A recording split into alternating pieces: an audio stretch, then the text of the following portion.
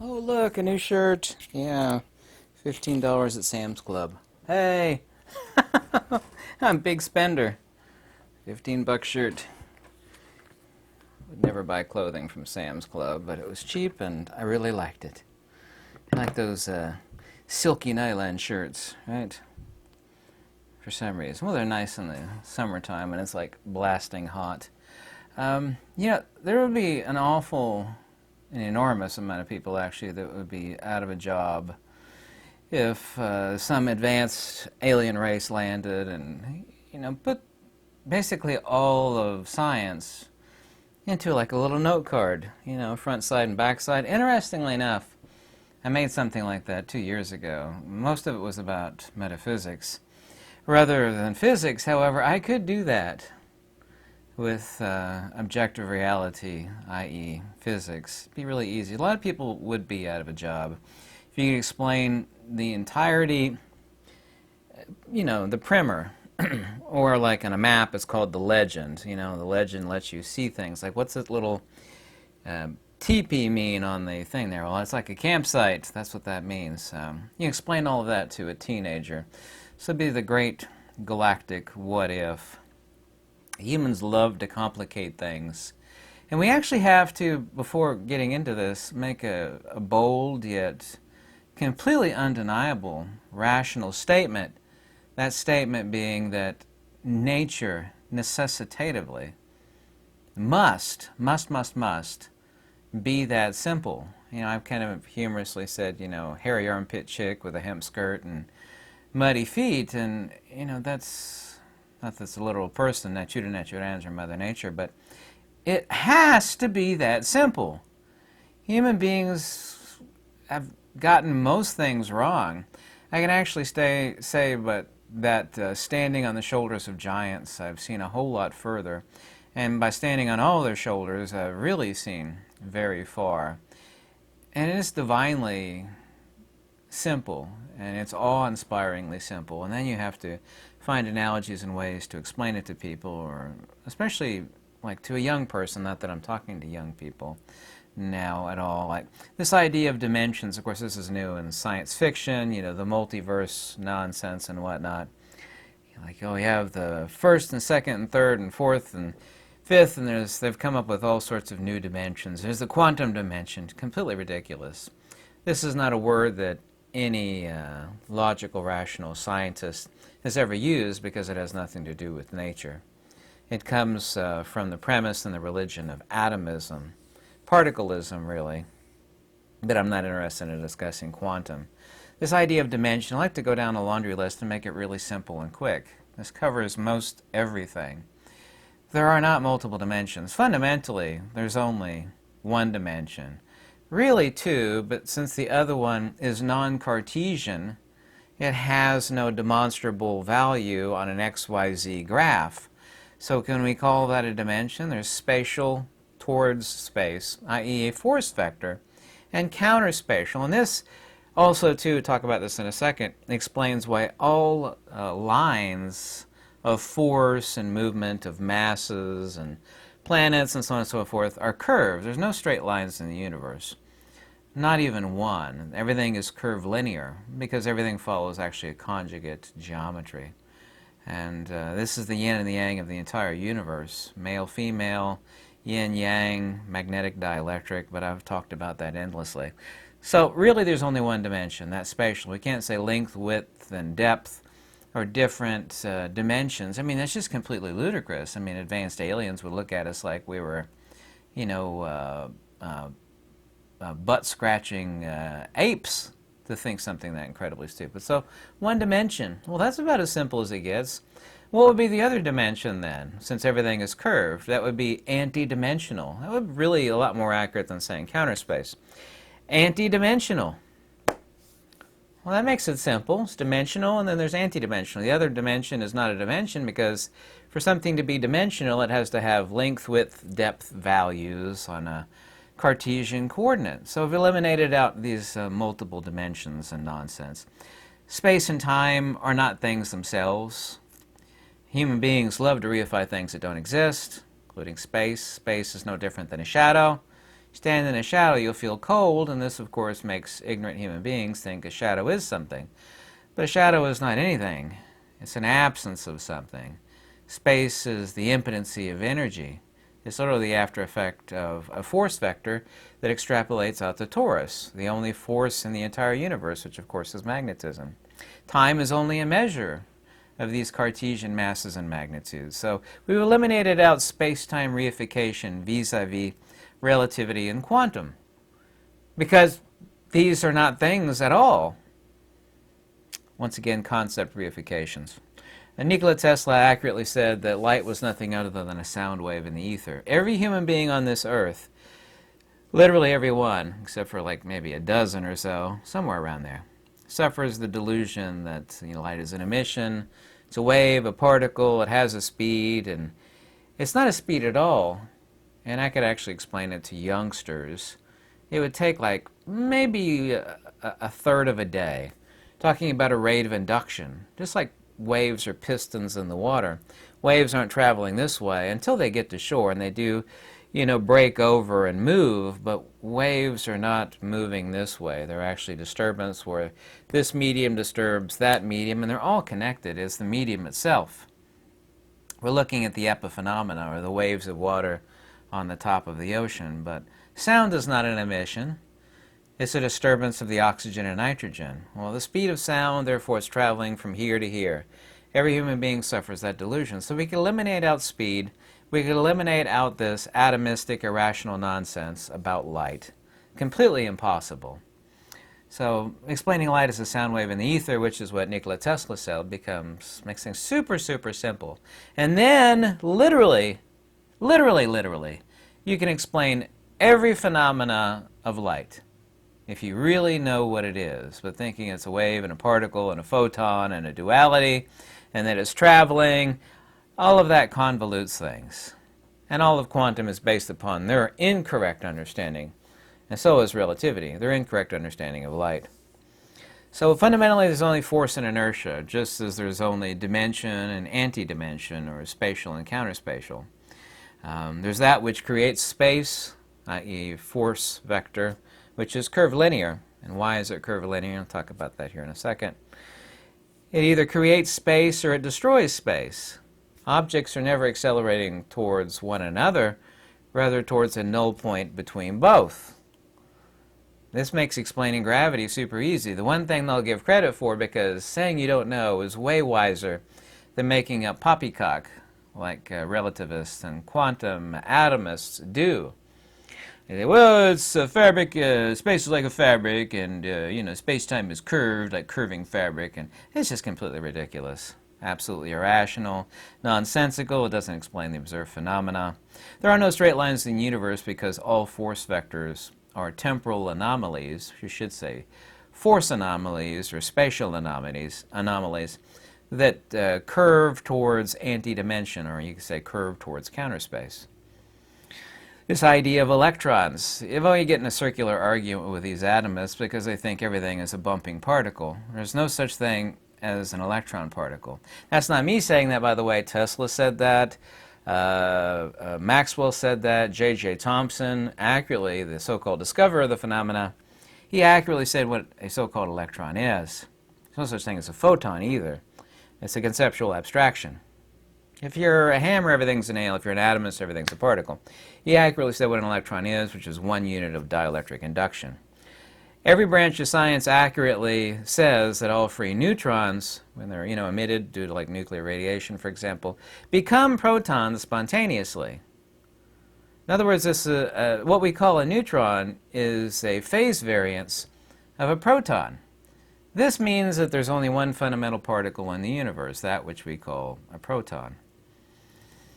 I made a prediction many years ago that turned out to be true, that was discovered like 2.5 years ago. That super high energy light would make matter, and it does make hydrogen. All atoms are compounds of hydrogens, little Johnny.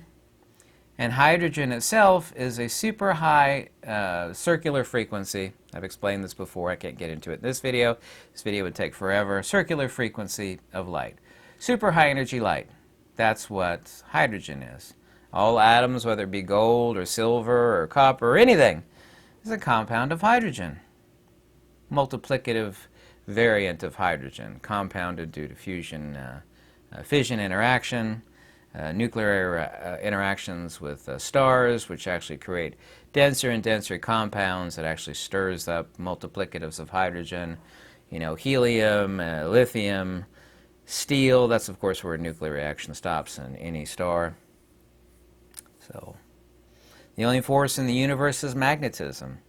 This makes explaining, and Charles Proteus Steinmetz talked about this in Electrical Discharges, Waves, and Impulses, about everybody in his time, which is a little over 100 years ago, completely misunderstood electricity.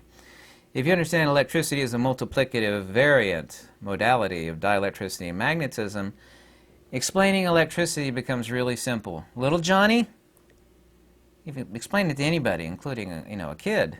Magnetism is equal to amperage. This is the reason why amperage kills.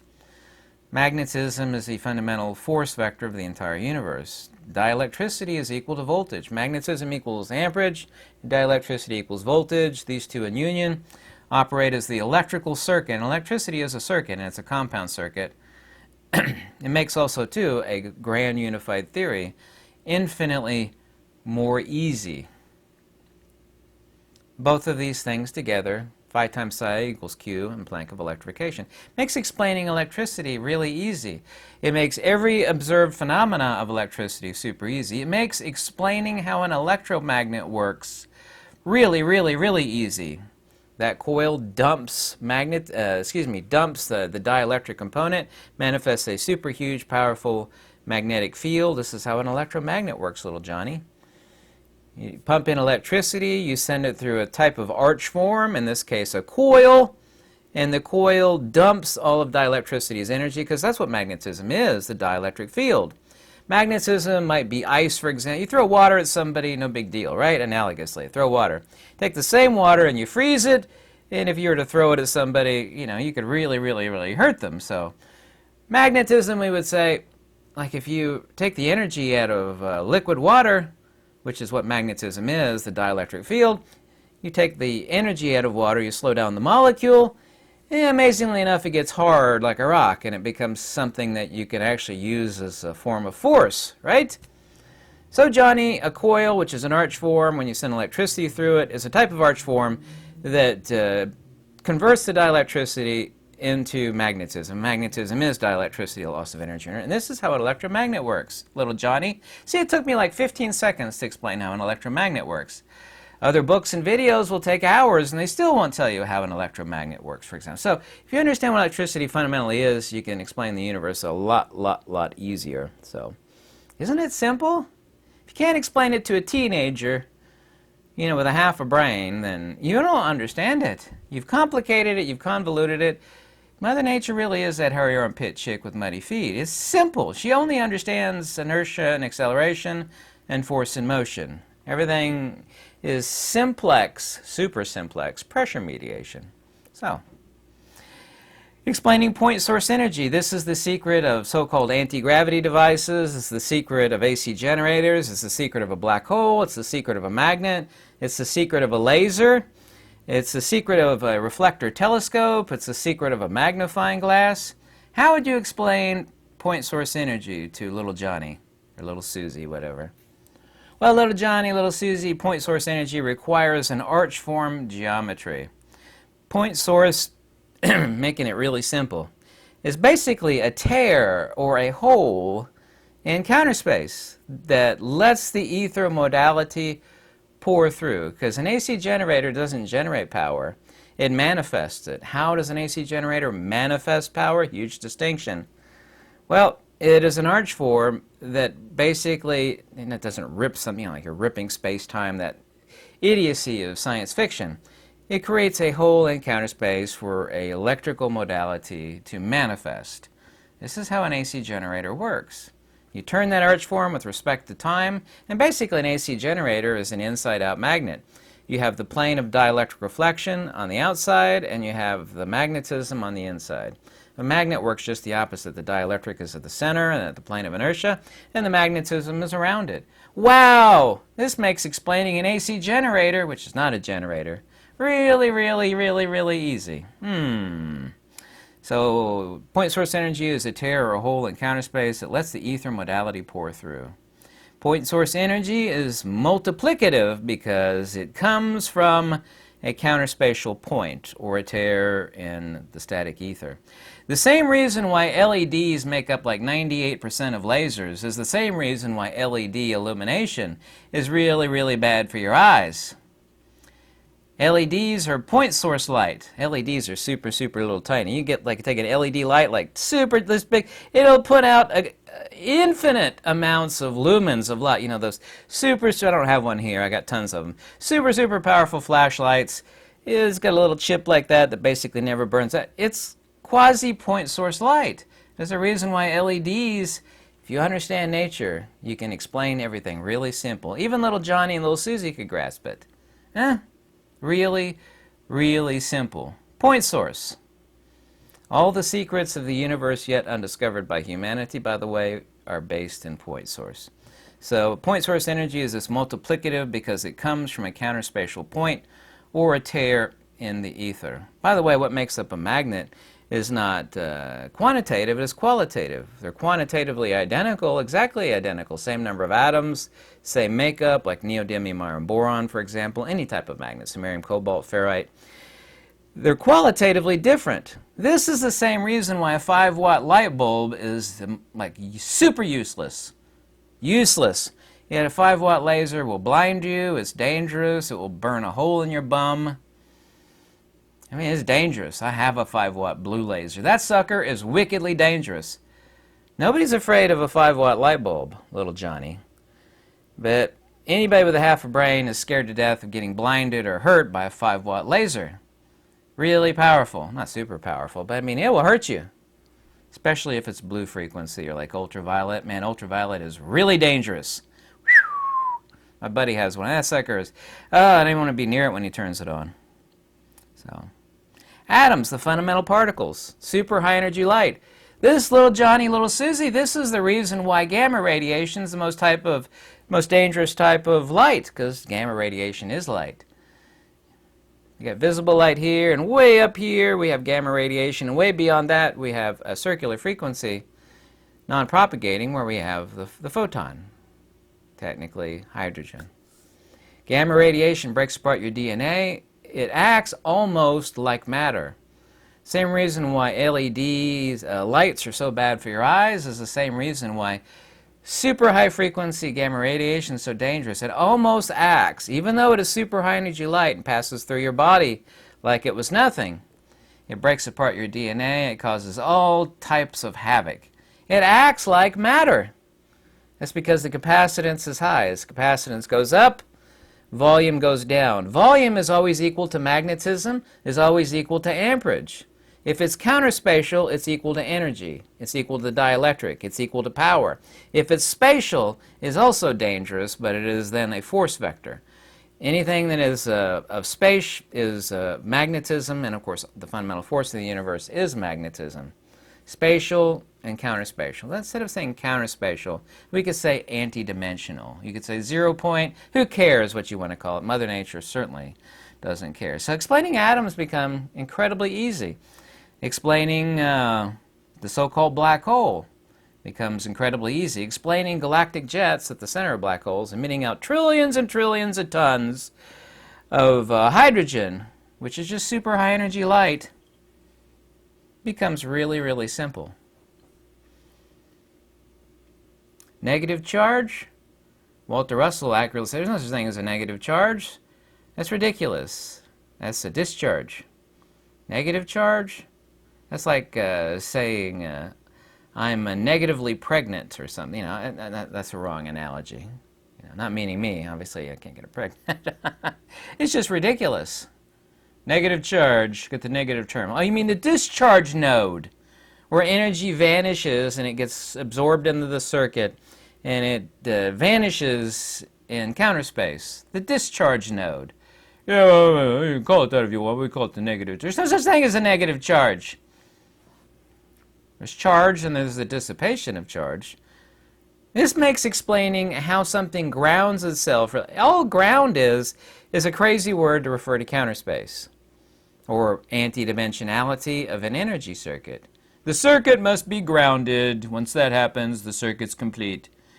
Which is no different than saying every line in the universe is curved. And the reason why it's curved is because it's always curves towards counter space. There are no straight lines in the universe. Now, Johnny, that makes things really simple. The universe becomes really, really, really simple. Grand unified theory. These atomists, who are no less than fools, been looking for this. Well, I'll make it simple. There's the conjugate geometry of the universe, the magnetodielectric. Yeah, gravity is just non-point source mutual mass acceleration. Electricity is a hybrid of dielectricity and magnetism. A field is an ether perturbation modality, kind of like ice, water, and steam, little Johnny. Yeah. We don't have to unify what is fundamentally unified. Nothing needs to be unified, has always been unified. It's that human beings need to open up their mind with rational, logical thought based in wisdom and say, oh, this is as simple as it gets. Charge and discharge, force and motion, inertia and acceleration, the conjugate geometry of the universe, magnetodielectricity, makes explaining everything super, super, super simple. This is technically energy modality science. This would be rational, logical, Pythagorean, retroductive synthesis of thought and explanation as to the nature of the universe. Energy and the dissipation of energy, which of course is force, which is just an ether modality. Pretty sure that when water loses some energy, which causes the water molecules to vibrate, then they turn into a different modality, which would be ice. Yeah, same difference between dielectricity and magnetism. And since magnetism is a dielectric field, it's like talking about ice and water, which are water, one thing. Wow, little Johnny, the universe becomes super simple. I don't need a quantum theoretician with a PhD on the wall bragging about how smart he is and how many peer-reviewed articles he's written and books. I just need to understand nature as she is, where she is. Everything follows Occam's razor in absolute simplicity and divinity. These things that don't exist, waves, space, time, shadows, emptiness, chaos, quantum, negative charge, electrons, photons, virtual photons. These things do not exist. This is the Jabberwocky, which is nonsense speak. If you don't know English, Jabberwocky is based on that poem. Jabberwocky, just blathering bunk, blathering bunk. I'm not going to use that other word, which was, B and the S. Blathering bunk. We can eliminate out all this stuff. It's like, the Jabberwocky poem, which is just this poem of nonsense, right? Quantum and relativity is exactly like that Jabberwocky poem. We're going to talk about things that don't exist. Unicorns, leprechauns, electrons, photons, virtual photons, quantum, quantum field. Makes for great science fiction movies and whatnot, but it is irrational, it's illogical, and nature cannot work that way. It has never worked that way. If like advanced aliens landed and they saw the nonsense that humans believe in regarding, the galactic nature of the universe, they just roll their eyes and, why would they want to, it's like, these a bunch of hairless apes here that are intellectually unevolved. Like, basically all of them. Anyway, I hope you liked this video. If you'd like me to make a second follow-up to this and go deeper down this rabbit hole, I will, but you have to want it, obviously, for me to do that. You don't want to bore anybody to death. You can always contact me in the description below. Any donation is always greatly, warmly welcome. Lux Veritas, thank you so very much. The universe is simple. It's people that are trying to compound and convolute things, that they stir up everything. They make everything obscure, and it never should be obscure. It should be clearly understood by anybody with a half a brain, even less than a half a brain. It is not complicated. It does require wisdom and clarity of vision to understand it, but that's all.